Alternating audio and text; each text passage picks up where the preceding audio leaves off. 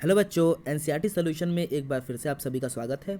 इस वीडियो में NCERT class 10th जो साइंस का जो चैप्टर नंबर 2 है एसिड बेस एंड सॉल्ट, उसके एनसीईआरटी प्लस इंडेक्स क्वेश्चंस को सॉल्व करेंगे। पिछले वीडियो में हमने चैप्टर नंबर 1 के सारे एक्सरसाइज क्वेश्चंस को सॉल्व किया था। डिस्क्रिप्शन में आपको लिंक मिल जाएगी, आप जाके पहले उस वीडियो को देख लीजिए, फिर नए चैप्टर को शुरू कीजिए, चैप्टर नंबर 2। चलिए शुरू करते हैं class. Index exercise first, you have been provided 3 test tubes. One of them contain distilled water and the other two contain acidic solution and basic solution respectively. If you have only red litmus paper, how will you identify the contents of each test tube? क्या है, सबसे पहले हमें 3 test tube दे दिया गया है। ठीक है, तीनों टेस्ट ट्यूब में एक टेस्ट ट्यूब में डिस्टिल वाटर डाल दिया गया है, एक टेस्ट ट्यूब में एसिड डाल दिया गया है और एक टेस्ट ट्यूब में हमें बेस डाल दिया गया है। हमें ये बताना है और साथ में हमें रेड लिटमस पेपर भी दे दिया गया है। हमें बताना ये है कि कौन से टेस्ट ट्यूब में एसिड है, कौन से टेस्ट ट्यूब में बेस है और कौन से टेस्ट ट्यूब में डिस्टिल वाटर रखा हुआ है। ठीक है, तो ये आंसर के लिए काफ़ी बड़ा आंसर है, इसके लिए पूरा एक एक्टिविटी करना होगा आपको। सबसे पहले क्या करना है हमको, मैं एक पढ़ के पूरा बता दे रहा हूँ पहले आपको। Let us mark the 3 test tube A, B, C. Put the given red litmus paper in each solution. If the color of the red litmus paper changes to blue, then it is a base, and if there is no color change, then it is either acidic or neutral. कह रहा है सबसे पहले हमें तीनों test tube के नाम लिख देने हैं, test tube A, test tube B और टेस्ट ट्यूब C। तीनों टेस्ट ट्यूब के नाम हमने लिख दिए। फिर क्या करना है, बारी बारी करके रेड लिटमस पेपर को हमें इन तीनों टेस्ट ट्यूब्स में डालनी है। पहले ए टेस्ट ट्यूब में डालेंगे, फिर बी टेस्ट ट्यूब में डालेंगे, फिर सी टेस्ट ट्यूब में डालेंगे। तीनों टेस्ट ट्यूब में डालने से जिस टेस्ट ट्यूब में डालने पर रेड लिटमस पेपर का जो कलर है वो ब्लू कलर में चेंज हो जाता है, इसका मतलब वो क्या है, बेस है, वो क्या है, बेसिक सोल्यूशन है। ठीक है, ये हमारा प्रोसेस कर एक प्रोसेस है। सपोज करो कि जो हमारा टेस्ट ट्यूब ए था, टेस्ट ट्यूब ए को जैसे ही टेस्ट ट्यूब ए में हमने रेड लिटमस पेपर को डाला, वो क्या हुआ, तुरंत ब्लू कलर में चेंज हो गया। ठीक है, कलर उसका ब्लू कलर में चेंज हो गया। हम क्या करेंगे, उसको एलिमिनेट कर दो, मतलब उसको बाहर निकाल देंगे, क्योंकि ए वाला हमारा कैसा मिल गया, बेसिक मिल गया। अब हमारे पास बच के बी और सी। बी या तो हमारा एसिडिक होगा या तो न्यूट्रल होगा, सी हमारा या तो एसिडिक होगा या तो न्यूट्रल होगा, इन दोनों में से कोई हो सकता है। फिर हम फर्दर जो प्रोसेस करेंगे उसमें क्या करेंगे, out of remaining 2 A and C, anyone can be acidic or neutral.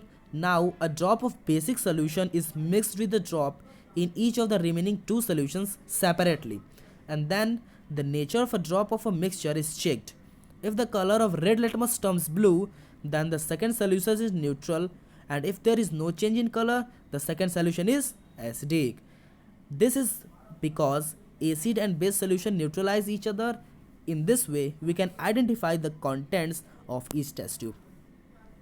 कहने का क्या मतलब है कि जो ए और सी हमने टेस्ट ट्यूब रखा, उसमें से एक एसिडिक होगा, एक न्यूट्रल होगा।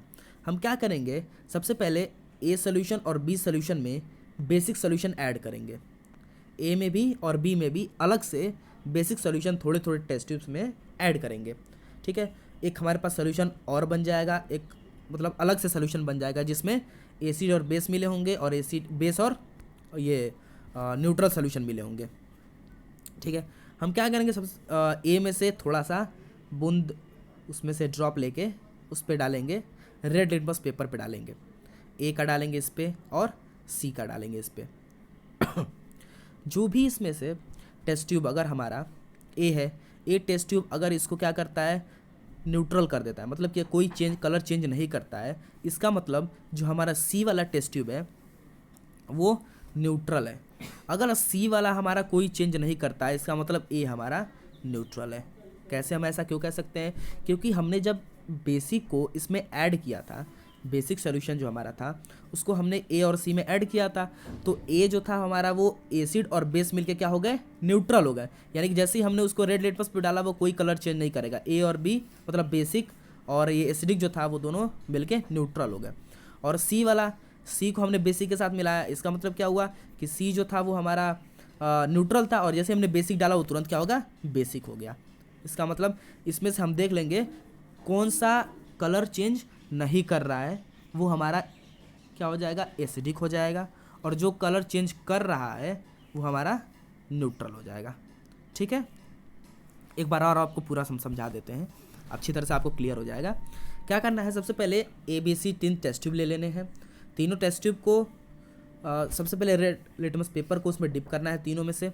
जिस टेस्ट ट्यूब में डालते ही वो कलर ब्लू कलर का चेंज हो जाता है, इसका मतलब वो हमारा क्या है, बेसिक है। उसको हम बाहर निकाल देंगे, हटा देंगे।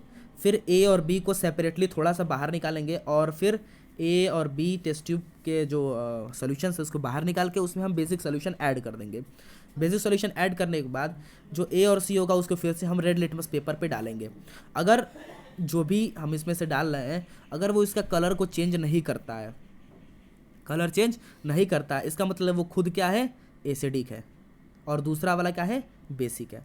अगर वो कलर चेंज कर देता है इसका मतलब वो क्या है, डिस्टिल्ड वाटर है, न्यूट्रल है, और दूसरा वाला जो है वो एसिडिक है। ऐसा हम कैसे कर सकते हैं, कैसे, क्योंकि बेसिक और एसिडिक मिलके एक दूसरे को न्यूट्रल कर देंगे तो सोल्यूशन हमारा पूरा का पूरा ही न्यूट्रल हो जाएगा, इससे कलर चेंज नहीं करेगा।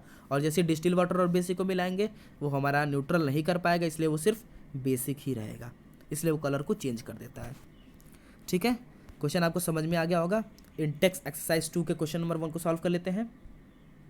कह रहा है, why should curd and sour substances not kept in brass and copper vessel. कोई भी अगर हमारा कर्ड है, जैसे एसिड हो गया, या फिर कोई भी सावर सब्सटेंस है, उसको हम ब्रास या फिर कॉपर वेसल्स में नहीं रखते। ऐसा क्यों होता है, क्योंकि ऐसा इसलिए होता है क्योंकि जो कर्ड है उसमें तो लैक्टिक एसिड होता ही है, और जो सावर सब्सटेंसेस होते हैं ना उसके अंदर एसिड्स होते हैं। एसिड वाले सब्सटेंस को जैसे ही हम ब्रास और कॉपर वेसल्स में डालते हैं तुरंत ये ब्रास और कॉपर के साथ रिएक्शन कर लेते हैं, उसके साथ रिएक्शन कर लेते हैं, रिएक्ट कर जाते हैं, और जो वो रिएक्शन होता है उसमें हाइड्रोजन गैस रिलीज होने लगता है। हाइड्रोजन गैस बिल्कुल हार्मफुल होता है हमारे फूड के लिए, जो हमारे फूड को क्या करता है, स्पॉइल कर देता है, ख़राब कर देता है, हमारे प्रोडक्ट को हार्मफुल करता है। ठीक है, इसलिए हम कॉपर या फिर ब्रास में उसको नहीं रखते हैं, एसिडिक सब्सटेंस को हम उसमें रखते ही नहीं है, स्टोर नहीं करते हैं। ठीक है, question number 2, which gas is usually liberated when the acid reacts with metal, illustrate with the example, how will you test the presence of gas. कह रहा है, जैसे ही हम मेटल्स को एसिड के साथ रिएक्शन कराते हैं तो कौन सा गैस लिबरेट होता है, कौन सा गैस लिबरेट होता है, और ये जो गैस है ये कैसे हम आइडेंटिफाई करेंगे, जो गैस हम बता रहे हैं वही गैस है हमारे यहाँ पे। ठीक है, तो इसके लिए हमें ये एक्टिविटी करना होगा, ये पूरा जो बड़ा उस बना हुआ है ये एक्टिविटी है। एक एक्टिविटी को समझ लेते हैं। सबसे पहले एक्टिविटी करना ये है कि सबसे पहले ये हमारा एक टेस्ट ट्यूब है, टेस्ट ट्यूब में एसिड लेने हैं। एसिड में हम कौन सा एसिड लेंगे, H2SO4, that is sulphuric acid ले लेंगे।